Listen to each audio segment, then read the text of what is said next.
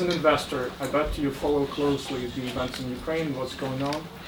Do you think the country is changing fast enough? Are you satisfied with what's going on right now in the country? Well, I think your president has the most difficult job of any president in the world,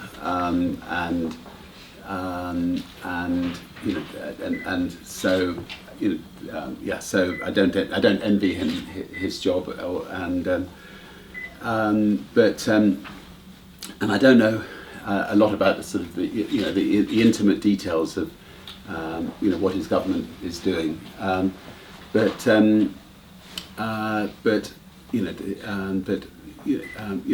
obviously,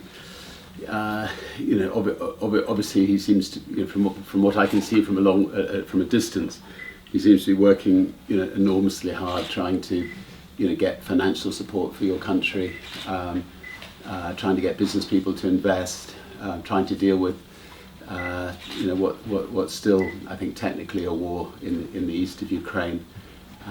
So I'm sure he's doing he and his team are doing the best they can. I don't know. I'm sorry, I just don't know the details to really. Yeah.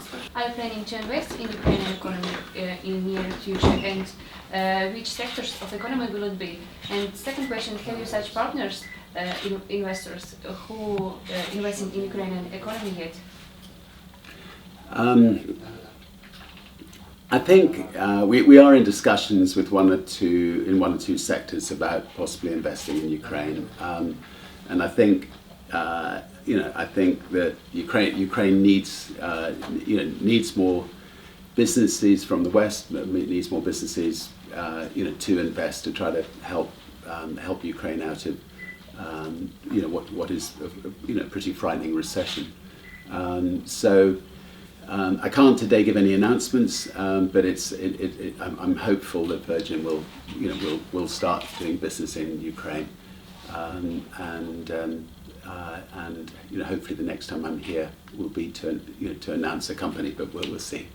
About brands and companies, so there are very few brands, Ukrainian brands, famous throughout the world. And what would you recommend Ukrainian businessmen who try to develop their company and improve image of Ukraine in the world? I think in business you do need to think of the world as one country, and not just think of the country you live in as the world. So if you have a product that works well in your country, it could well work well throughout the world. And Virgin, we're set up in 50 countries around the world. We're not doing the same thing in every country, but the Virgin brand is well respected and covers a lot of different different sectors in different countries. So so I think with Ukrainian business people, they do need to think of the world as one world, and get out there and trade and try to bring money back to this country. And I mean, it definitely helps. It helps, I think, speaking English and being, and therefore I think, I mean, it's important that as many Ukrainian people can learn languages, and there are now fantastic apps now to teach people languages very quickly, very easily. But the more people that can learn languages, the better. What do you think stops foreign investors investing in Ukraine? I mean, it's strange because often when things are difficult, that's the time that people should invest, and things are difficult in Ukraine, and the best investors are ones that look at invest in countries when things are difficult. So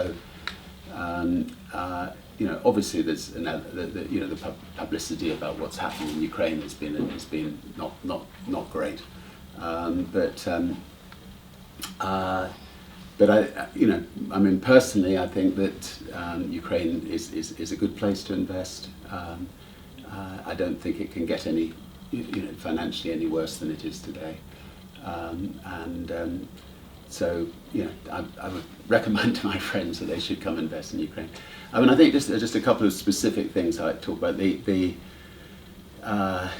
I think the Ukraine, in order to, you know, one thing that Ukraine could do is sort of do a 10-year plan on energy, and just say, like, you know, by 2025 we're not going to import any more energy. Everything has to be produced inside Ukraine.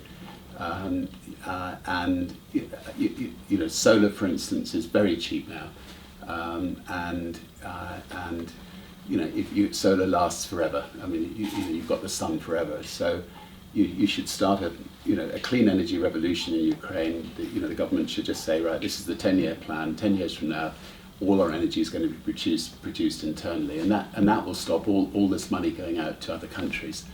And use wind, use solar, and get people to work on creating even better batteries for storage. That's one thing. I mean, another thing, I've got it later on today, a conference about the drug policy in Ukraine. Thousands of young people in Ukraine get criminal records for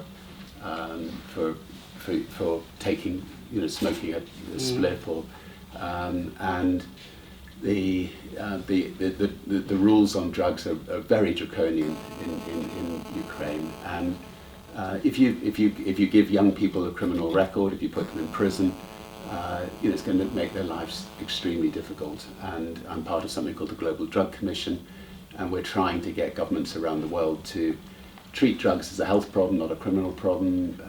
If my children had a drug problem, or my brothers and sisters had a drug problem, I would not want them to go to prison. I'd want them to be helped. And I'm sure Ukrainian politicians would say the same, but they're not treating their people in that way. And so I'm showing a film this afternoon called Breaking the Taboo, which my son made, which is about the work of the Global Drug Commission and what we've learned and why Ukraine should change their approach.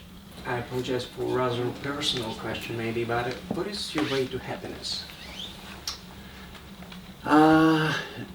Well, I'm very fortunate. I mean, I've been with the same lady most of my life.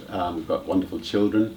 We've got great friends, and that gives me that wonderful stability. But also, I'm in a position where I can make a difference. So, I find that if I can help a situation in any way, I find that very satisfying, and makes me smile. Yeah, so you can find happiness in helping other people. Yeah, I think so. I think all of us will find that if you give a present, you're much more excited than when you're given a present.